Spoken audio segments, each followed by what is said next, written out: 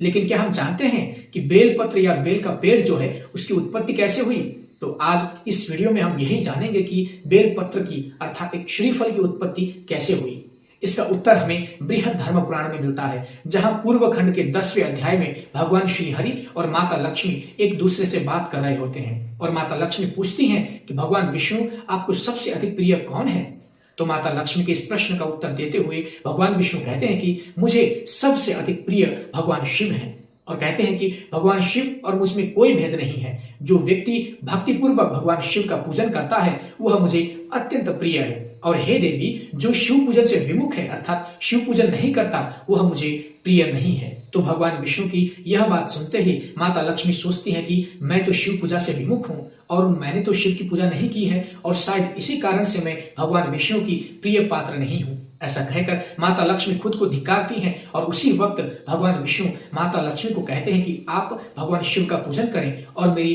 प्रिय पात्र बने। फिर माता लक्ष्मी देवर्षि नारद से शिव पूजन की विधि जानकर नित्य कमल के फूल से शिव पूजा करने लग जाती हैं। माता लक्ष्मी हर एक दिन अपने हाथों से 1000 कमल के फूल तोड़कर उनको 3 बार गिनती करके शिवलिंग का पूजन करते हुए 1 वर्ष बिताती है। और ऐसे ही एक दिन जब ये कमल के फूल तोड़कर शिवलिंग का पूजन करने बैठी और जब फूल की गणना की तो उसमें 2 कमल के फूल कम पड़ने लगे। तो माता लक्ष्मी घबरा जाती है और सोचती है कि अब मैं क्या करूं, 2 कमल के फूल किसी से मांग भी नहीं सकती और आसन से अब उठ भी नहीं सकती, अब क्या करूं। तब माता लक्ष्मी को उनके और भगवान विष्णु के बीच हुए एक संवाद की याद आती है, जहां भगवान विष्णु ने माता लक्ष्मी के 2 स्तन को कमल के पुष्प से तुलना की थी और सोचती हैं कि जब भगवान श्री हरि विष्णु ने स्वयं मेरे स्तनों की तुलना कमल के पुष्प से की थी तो यह बात अवश्य सत्य होगी। ऐसे जानकर अपने बाएं हाथ से एक स्तन को काटकर भगवान शिव को चढ़ा देती है